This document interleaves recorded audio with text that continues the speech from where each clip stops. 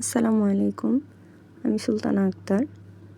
শীতের শুরুতেই বাচ্চারা বায়না ধরেছে দুধ চিতই পিঠা খাবে, তাই আমি গুঁড়ি করে নিয়ে এসেছি। এখন গুঁড়িগুলোকে ভালো করে চেলে গুঁড়ির কুচিগুলোকে আলাদা করে নিব। তারপর পরিমাণ মতো লবণ দিয়ে এটাকে ভালোভাবে মাখিয়ে নিচ্ছি। অল্প অল্প পানি দিয়ে মাখাতে হবে, একসাথে বেশি পানি অ্যাড করা যাবে না, তাহলে গুঁড়ি নষ্ট হয়ে যাবে, ভালোভাবে মাখানো যাবে না, পিঠাও সুন্দর হবে না। আমি ভালোভাবে মাখিয়ে নিচ্ছি। আমি কিন্তু বেশ কিছুক্ষণ যাবত এটাকে মাখিয়ে নিয়েছি। আমি আরও ভালোভাবে মাখিয়ে নিব। আমি ধীরে ধীরে পানি অ্যাড করছি এবং আস্তে আস্তে ভালো করে মাখিয়ে নিচ্ছি। এটাকে ভালো করে মাখিয়ে কিছুক্ষণ রেস্টে রাখতে হবে, তাহলে পিঠাগুলো ভালো হবে। তো এটা আমার মাখানো প্রায় শেষ। আর কিছুক্ষণ মাখিয়ে নিব, তারপর এটাকে আমি ঢেকে রাখবো কিছুক্ষণের জন্য। এখন আমার মাখানো হয়ে গেছে, তো আমি এটাকে ঢেকে দিয়েছি।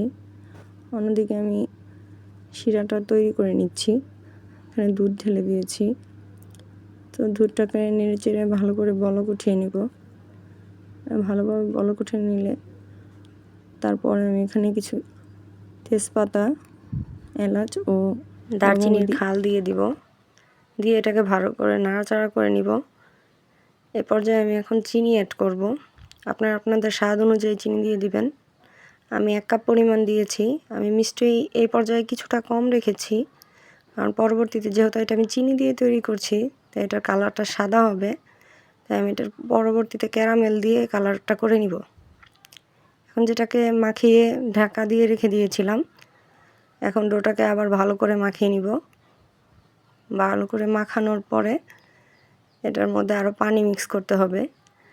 আসলে আমার বলটা খুব ছোট হয়ে গেছে, তো আমি এটাকে একটু বড় পাত্রের মধ্যে ট্রান্সফার করে নিতে হবে আমার। তো এখন এটাকে আমি ট্রান্সফার করে নিচ্ছি, কারণ পানি দেওয়ার পরে এটা অনেকটা বেড়ে যাবে, তো এটা থেকে পড়ে যাবে পানি। এখন অল্প অল্প করে পানি দিয়ে এটাকে ভালো করে মিক্স করে নিব। এটা আপনারা দেখে বুঝে নেবেন। তো আমি অল্প অল্প করে পানি দিচ্ছি, ওকে মিক্স করে নিচ্ছি। গোলাটা যখন হয়ে যাবে সেটা বুঝতে পারবেন গিয়ে উপর থেকে যখন আপনারা ডোটা ঢালবেন, তখন নিচে গিয়ে বাবলস ক্রিয়েট হবে। তো এখন আমার মনে হচ্ছে আর একটু পানি লাগবে, তো আমি অ্যাড করে দিলাম। এখন হয়ে গেছে, দেখতে পাচ্ছেন উপর থেকে যখন ছাড়ছি তখন বাবলস ক্রিয়েট হচ্ছে। তো আমার যেহেতু চিনি দিয়ে করা হয়েছিল বলেছিলাম, তো এখন এখানে ক্যারামেল মিক্স করে নিব। তো আমি এটাকে ঢেলে দিলাম। এটাকে আরেকটু জাল করব। তো পাশাপাশি ওই পাশে আরেকটি চুলার মধ্যে আমি গ্যাসের চুলার উপর ছোট একটা বার্নার বসিয়ে নিয়েছি। তার মধ্যে আমি এখন মাটির একটা খোলা বসিয়ে দিয়েছি, এটা প্রি হিট করব। তো আমি এখন জাল ধরিয়ে নিব। তো আপনারা দেখতে পাচ্ছেন এই পর্যায়ে এইরকমই থাকবে, জালের থেকে বাড়াবেন না কমাবেন না।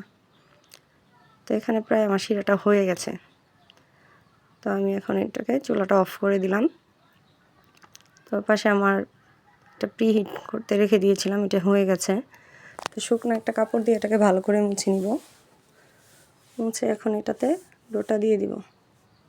আমি ডোটা দিয়ে দিয়েছি, তো এখন ঢাকনা দিয়ে ঢেকে দিব।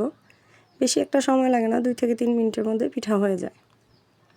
তো আমার পিঠাটা হয়ে গেছে। আমি পিঠাটা উঠিয়ে তারপরে এটা শিরার মধ্যে দিয়ে দিব। মাশাআল্লাহ, আমার পিঠাটা খুব সুন্দর হয়েছে। তা আপনাদের জন্য আমি আরেকটা পিঠা তৈরি করে দেখাবো। আমি এটা শিরাতে দিয়ে এখন আরেকটা পিঠা এখানে দিয়ে দিব। একই নিয়মে আবার আরেকটা পিঠা এখানে দিয়ে দিচ্ছি। তো এখন আবার ঢাকা দিয়ে দিব। পিঠা এটাও হয়ে গেছে, বেশি একটা সময় লাগে না। আসলে পিঠা যখন সুন্দর হয় তখন আসলে পিঠা মনে চায় যে বানাইতেই থাকি। আমার কাছে পিঠাগুলো দেখে খুব ভালো লাগছে। মাশাআল্লাহ, পিঠাগুলো খুব সুন্দর হচ্ছে। তো আমি শিরায় আবার দিয়ে দিয়েছি। আমি সবগুলো পিঠাই দিয়ে দিয়েছি। তো এই পর্যায়ে আমি ঢাকনা দিয়ে ঢেকে রেখেছিলাম 2 ঘন্টা। তো 2 ঘন্টা পর আপনাদের জন্য একটা পিঠা উঠিয়ে দেখাচ্ছি যে পিঠাটা কতটা পারফেক্ট হয়েছে। এখন এই পিঠাটাকে আপনাদের আমি কেটে দেখাবো। তো দেখতে পাচ্ছেন একটু চাপ দেওয়ার সাথে সাথেই পিঠাটা সুন্দরভাবে চলে আসছে। পিঠাটার ভিতরে সুন্দরভাবে শিরা ঢুকেছে। তো তো আমার মেয়ে চলে এসেছে খাবে বলে, তো মেয়েকে পিঠাটা দিয়ে দিচ্ছি। তো আপনাদের কাছে যদি ভিডিওটা ভালো লেগে থাকে অবশ্যই আমার পাশে থাকবেন, লাইক কমেন্ট শেয়ার করে দেবেন, আমার চ্যানেলটাকে সাবস্ক্রাইব করে দেবেন। সবাই ভালো থাকবেন। আল্লাহ হাফেজ।